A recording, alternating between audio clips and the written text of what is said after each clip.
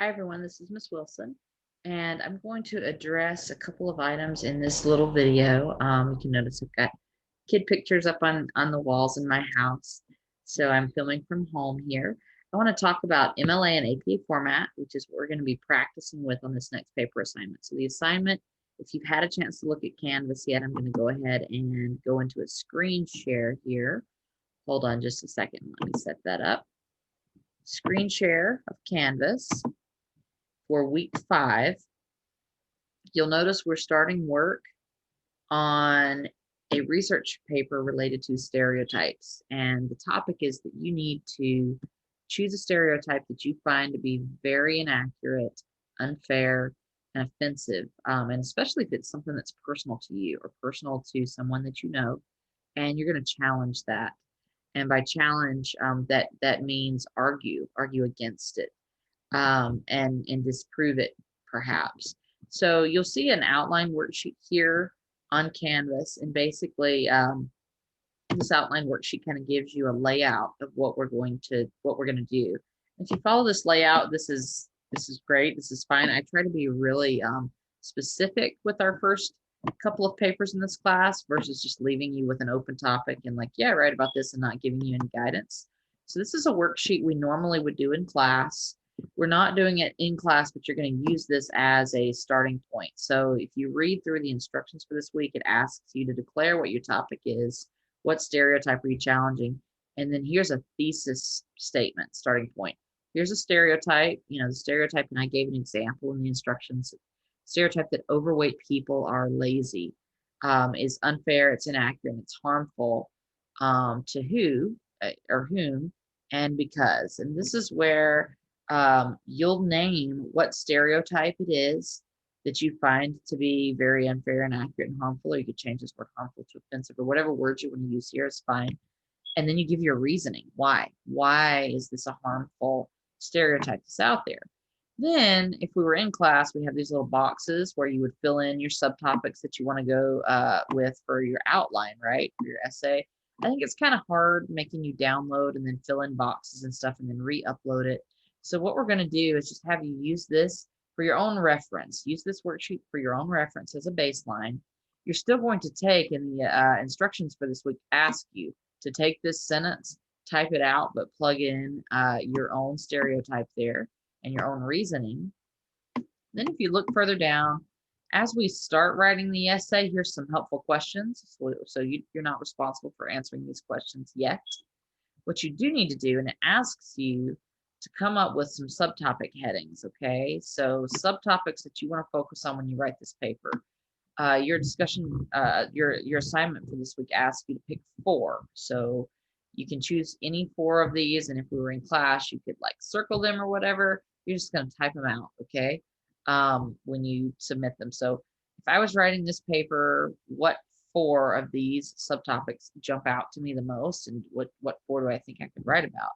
And this is going to lead you towards research, right? So if you're looking at origins or history of the stereotype, these are usually either one of these would be a good place to start. You're going to need to look up some history, right? Look up some information in the past that you're going to bring to this paper. Perpetuation, stereotype, and pop culture and media, if you want to go with that one.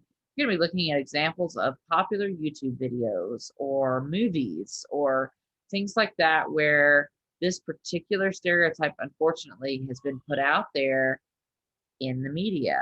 How is it harmful to people? And again, you can look at all of these different choices. You're not going to write about all of these. You're just going to choose 4, but choose the ones that jump out to you the most. So that's kind of the outline worksheet to help you get started. Let me go back and I'm going to show you now. I'm going to show you now the assignment sheet itself. If you haven't had a chance to look at that yet, the assignment sheet gives you all the specifics. I'm already running into some possible changes with deadlines. I mentioned that in a previous email, and I feel like it probably is going to come into play.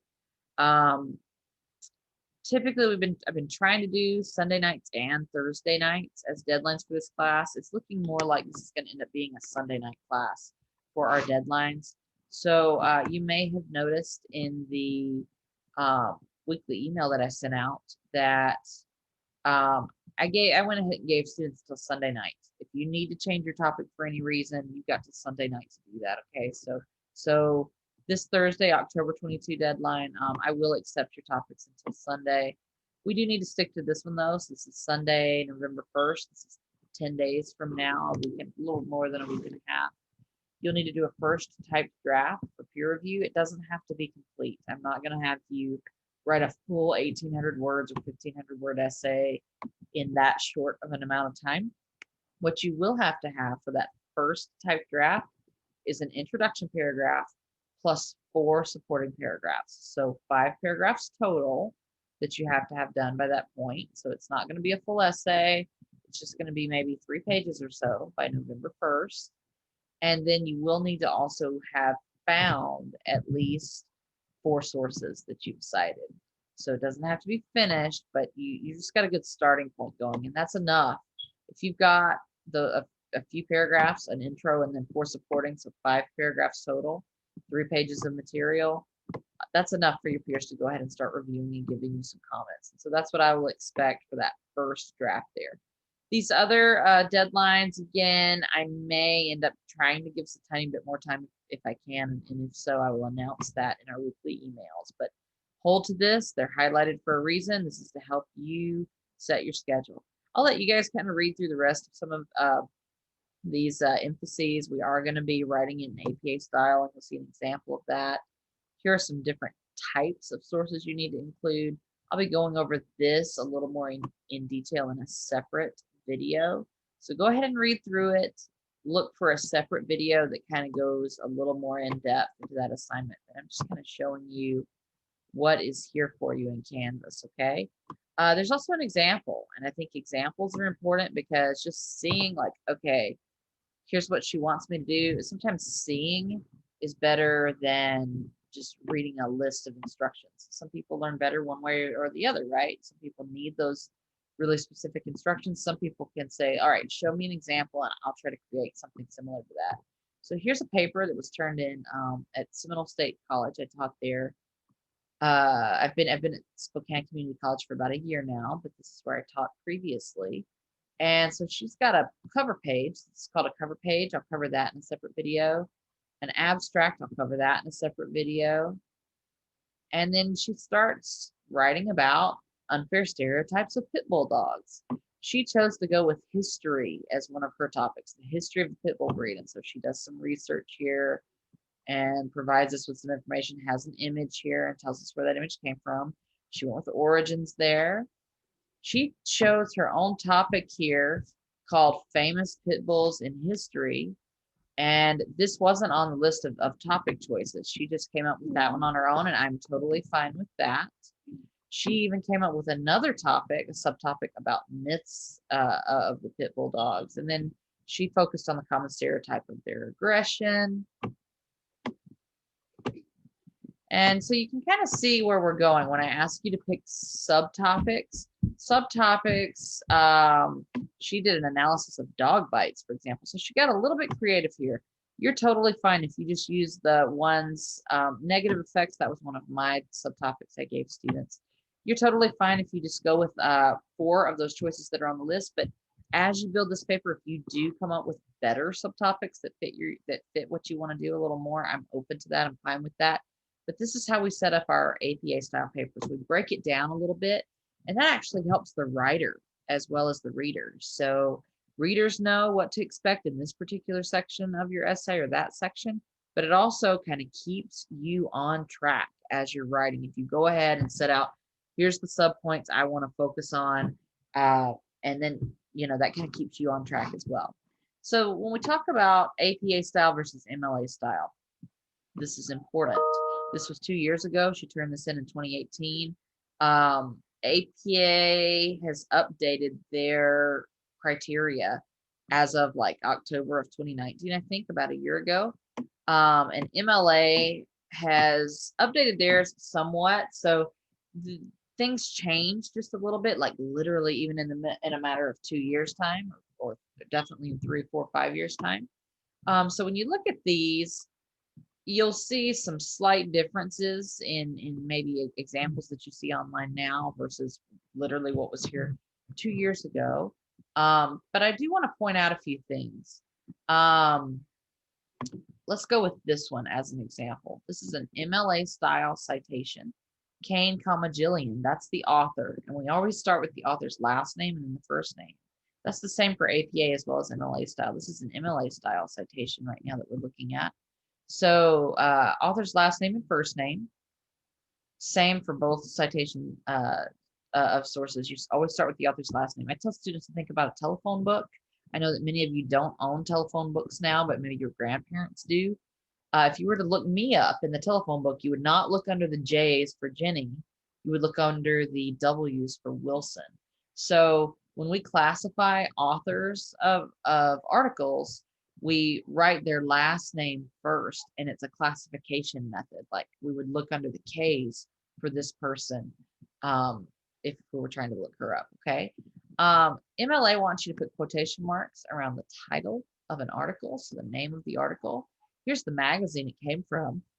This is in italics, and it's an online magazine. How do I know that? I'll tell you in a second, but this is Slate. It's the name of the magazine. We put italics on that. The Slate group here, that's the publisher. Here's the date that it was published, and here is the URL where it came from. So that's part of how I know that it's an online magazine, okay? So these are the essential elements. I chose a good one here because it shows you just basically the essential elements. The one underneath it, Strigowski, Jenna, that's the author. Quote, learn about Nanny like Staffordshire Bull Terrier. This is the name of the article. The Spruce Pets is the name of the website she got it from, or the magazine, or whatever it is. Here is the publisher. They've got a rule now where you do not have to say it twice. So if the name of the website or the article itself, excuse me, or the source is the Spruce Pets, you don't have to repeat it. So for example, the New York Times is published by the New York Times. You only have to say it once. You don't have to say it twice. So you would say it once in italics and you could cut this one. I didn't penalize for that. She's including the name of the publisher as well. That's fine with me. But they do allow you to drop this now. So you can cut that if you want. You do still need the date that it was published. And then here is the URL. So again, these are both two very good examples of MLA format. Author, title of the article with quotation marks around it. Notice that MLA likes to have good capitalization of most of the words in the title. The name of the source that it came from, so the name of the magazine, the name of the newspaper, the name of the journal, the name of the website, that needs to be in italics. Then if there is a publisher whose name is slightly different than maybe the name of the source or whatever, you can include that. Again, it's allowed to be dropped if it's the same as the previously stated information. So it's not required in that case. It can be dropped in some cases. But definitely you need the date of publication and the URL. So there's 5 things. 1, the author. 2, the title. 3, the name of the source. 4, the date. And 5, the URL, the link of how to get there. Those are 5 things that you need every single time. And there are other things that you're going to need to include in some cases. I will be covering that in a separate video, but these are the essentials. Even if you go into a different class, say a history class, a psychology class, a sociology class, or whatever, you can get by with citing sources with only just those 5 elements. Even if you forget to add a couple of the other extra details that go along with citations, if you can remember, I tell students to just remember the big 5, and you'll be able to get most of your points in most classes or in most of the credit for citing sources. Now I'm looking at APA style, okay? So these are the same 2 sources, but they are cited in APA. So we have Kane, G. So her name was Jillian, or his name was Jillian. But APA just only wants the initial for the author's first name, but you still start with that last name in both cases, okay? We need to always give credit to the author first and foremost. Then we have the year and then the date. So 2014, May 7th, we still have a requirement to have the date in APA, but look, we have a different format. So even though the format is different, you still have to find the date that it was published. That's important, okay? So look at the difference in formatting here. We're using parentheses, and we're also leading with the year. So MLA wants a year at the end. It would have been like 7 May 2014. APA wants it in reverse, 2014, comma, May 7. I don't make these rules, I'm just teaching them. Meet Sergeant Stubby, America's Original Dog of War. So APA does not use the quote marks around the title of the article, but we still need the title of the article. Also, APA does not capitalize as much. So she messed up a little bit right here on America. America should have still been capitalized. But the rule for APA, and this is hard to learn, so I try to be gentle when I'm grading these, but I do want you to pay attention to it. The first word of the title gets capped, and a specific name. So this is the dog's name. His name is literally Sergeant Stubby. That's his name, so it gets capitalized. Proper nouns, America, which is the name of a country, what should have. So this is, you know, again, I wouldn't be using this example if she had gotten a bad grade. She got a good grade on this. But this should be capitalized. And then you lowercase other common nouns. So everything else, original, dog, war, that's all lowercase, okay? If it had said World War II, like a specific war, a proper noun, a title of something, then yes, we would have still had a cap there. But since it's just war in general, we lowercase, okay? She put a bracket here to label what it was. It's a photograph, so letting me know. This is not necessarily required in all types of sources. She went ahead and provided it here because it was a photograph to tell me that it was something different. We'll get into that later. But the essentials here, Slate Magazine, notice. Slate Magazine, which is the name of the source, the name of the magazine, the name of the newspaper, the name of the journal, it gets italicized every time. Whether it's MLA style or APA style, you're always going to italicize the name of that magazine or the name of that newspaper or the name of a book if it's the name of a book. Slate Group is the publisher. Again, there's a rule that says you can drop this. So I could X this out and delete it since it's already kind of said here. But if you include it, you're not wrong either. Okay, so that's good. Retrieved from is a phrase that APA likes to use. Retrieved from, and then they have the URL of where it came from. Okay, so now we have Strigowski, comma J. So this is the other article we just cited. Remember, last name of the author always, that's what we lead with. APA lets you shorten it just to an abbreviation there. Date is in a different format, but still present. Learn about the nanny like Staffordshire Bull Terrier. So notice how all of this is like lowercase now. APA likes lowercasing a lot more unless it's a really specific title or name of something, such as the exact name of the dog, etc. That's when we would capitalize it with APA. The Spruce Pets, that's italicized. That's the name of the website. And here's where it was retrieved from. In this case, notice Spruce Pets was the publisher, so she chose to drop it there, and that is fine as well. So again, if you can look at this on your own time, examples that were written by this particular student, they're not always perfect. For example, I noted a small little error there in one of them, but this is an essay that a student wrote, and she got a pretty good grade on it. So this kind of, I think, helps students to understand, okay, here's what I'm going for. If I'm not the greatest writer ever, it's okay, but this is kind of what I'm aiming for, right? With this particular type of essay, this is what the instructor wants for the assignment. So definitely consult these documents. Here's the document that's got your instructions on it. I included this with an email as well. Here's what you have due, okay? These instructions have a model of like literally what you've got to type out and what you've got to provide for me. So it's got the instructions like written out, but it also, if you look down on the second page of this, that's why I included it as this format rather than just an email.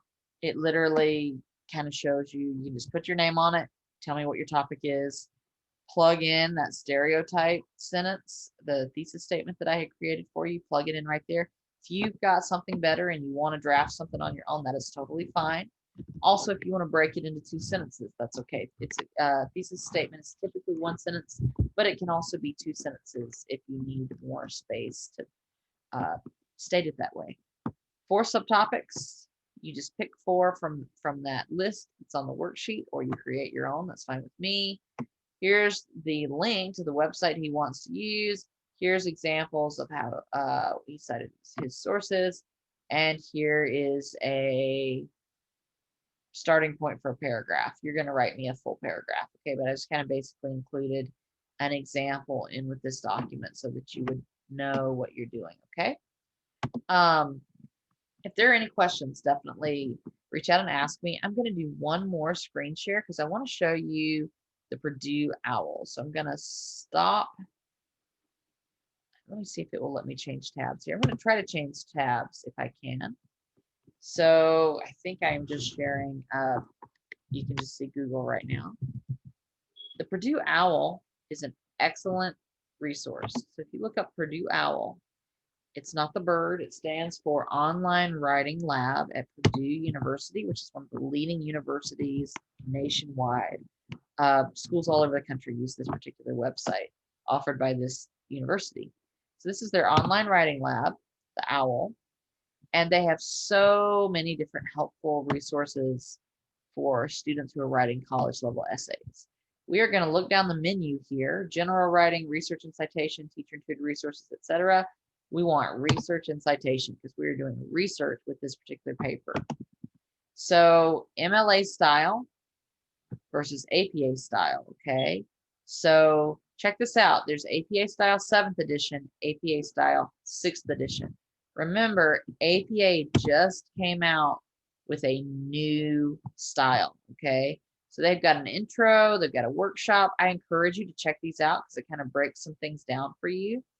I'm just going to go straight to this formatting and style guide. Oh my goodness, look at all of these different topics, okay? This is really specific, and we are going to be using this website again for the next week's video when we're trying to cite some different types of stuff. If you read that assignment sheet, you'll notice you are required to have a variety of types of sources. So you can't just do all magazine articles. You got to have some variety there. And so learning how to cite your references like with different types of things is helpful. Anyway, we're going to start with the basic ones. Basic reference list for your electronic sources, okay? And they've got a big notice here. They just opened this new format in October of 2019. So remember, there's an older APA style. It's not wrong. Remember that many of your teachers, the version that we learned, like when we were learning to cite sources in college ourselves, or even recently just in professional development workshops and stuff, we really could have been using the older formats, okay? So here's the basics. I love the way they broke this down. Last name of the author, first name, and middle initial is what that stands for, F and M, okay? If they do have a middle initial, sometimes they may not, okay? So last name, comma, first name, and you'll make it abbreviated here. Year, comma, month and date. Title of the page. Notice that's in italics, right? If it's a magazine, if it's a website, whatever it is, we italicize it. Give the name of the site or either the publisher. If you have that available, then go with the URL, okay? Notice this is a difference between the old and the new. The older APA style, so the 2018 paper, student paper we were just looking at, has the word retrieved from before the URL, okay? I won't count it wrong either way. If you go with the older version, the 6th edition, and that's the edition that many of you may have learned from another teacher somewhere, because again, they just made these changes recently. So I'm fine with either way, okay? If you just put the URL, or if you do say retrieved from, okay? Either way. If there's a group, this is important. Let's say it's the National Cancer Society or something. Put the group name or organization name, National Cancer Society. Then your year, month, and date. Here's italicized for the name of the website or the title of the page or whatever. Site name, that can also be the publisher, right? And the URL, okay? So, the American Society for the Prevention of Cruelty to Animals. Here's the date. Here's the page that it came from, and here is the URL, okay? So if they have a little more information, notice further down here, they have an older example where they've got the retrieved information.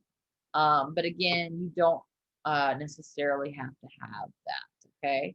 So they've got a lot more on this page. We're going to get a little more detailed next time, next video I create for you guys. I'm going to move now, though. So that's your basics.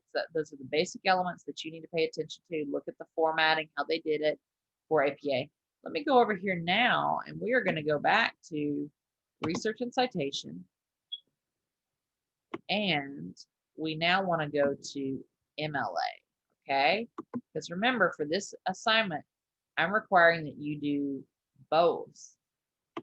I'm requiring that you do both for a reason, and that's because depending on what you, and I'm going to go, remember they've got an intro and a basic workshop.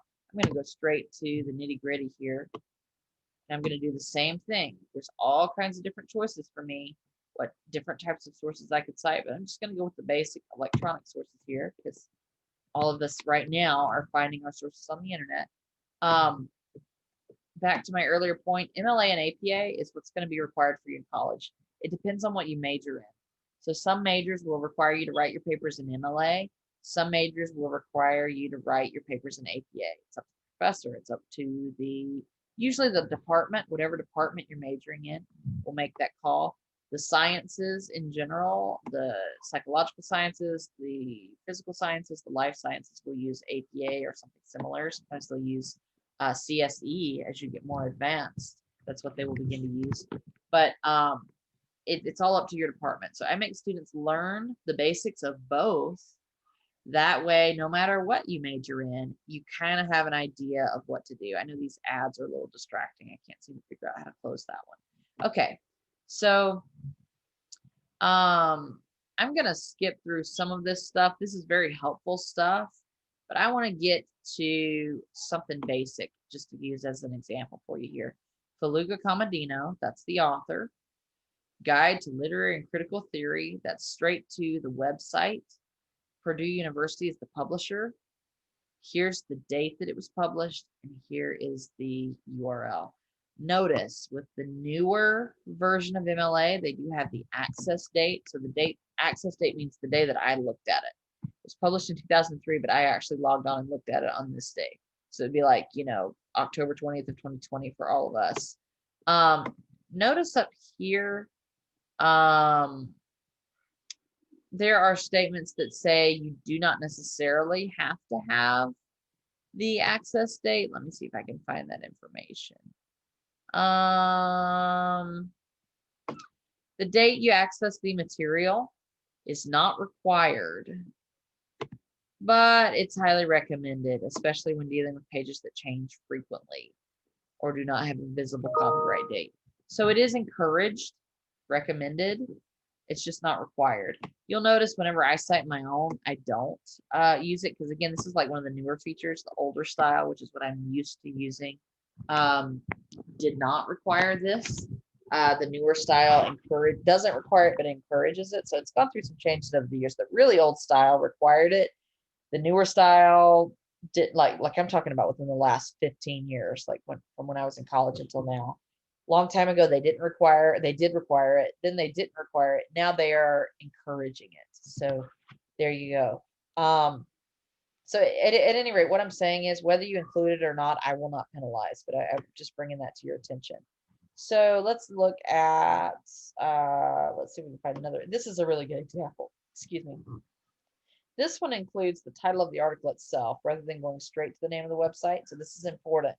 This is how you will be doing many of yours. Lundman, Susan, that's the author. Quote, How to Make Vegetarian Chili. That is the title of the specific article. eHow is the name of the website, okay? So notice there's a difference here. If you had just cut straight to eHow, I wouldn't have known, well, what article on eHow do you want me to read? This is giving me the specifics of exactly what article I'm supposed to read, right? So that's where we go next, and that's why we put the quote marks around it. eHow, which is the name of the website itself, or the web page itself, is italics, and then we have our URL. Notice there wasn't a date. They got the access date, but they don't have the publication date. Might have been missing. Typically, when we have a missing date, we'll want to put the abbreviation in period D period in here. I'll show you that in a separate video. Check this one out. If the author's name is missing, you go straight to the next piece of information. So, we didn't have an author. We go straight to the title of it with quote marks around it. WebMD, which is a popular website, is in italics. Here's the date that it was published. Here's the URL of where it came from, okay? So I'm hoping that this makes sense. Sometimes I have students write me out like a list form of how these work. And it can get exhausting if you look at this page by yourself and there's like 20 different ways to cite, they got a million different variations on things. It's like, which one do I go with? I try to teach by starting with the easiest ones. So Bernstein, Mark, author, quote, 10 tips on writing in the living web. That's the article, the name of the article itself. A list apart for people who make websites. This is the name of the magazine or the website or whatever. Here's the date that it was published. Here is the URL. And then again, remember, this is optional, but it's encouraged. So you'll see when I cite sources myself, I usually don't use it because I'm not in the habit of it. But here's the date that they access the info. Again, whether you include this or not, it will not penalize your grade. If you just go with only these 5 right here, you will be fine. Okay. Okay, so that's it. I hope that this has been helpful for you guys. I know that it's a stressful time trying to learn online and all of that. And as you can see, I'm in my bedroom with little kid pictures on the wall. I have my children. There's a picture in the background here. But feel free to email me. Email me if you have any questions. Email me if I've missed something on the website or messed something up. When you go to Canvas and you're lost, or Ms. Wilson, you mentioned this, but I didn't see it on Canvas, or I'm lost, or I don't know what to do, or Ms. Wilson, I didn't get this from you, or whatever you needed, let me know. Because if no one says anything, then I don't know. Okay. So, thanks again for watching the video. I hope it's helpful, and I will be creating a couple extra ones that go more in depth, especially into those MLA and APA topics, to help those of you who are struggling a little bit more with that part of it. Have a good night. Bye bye.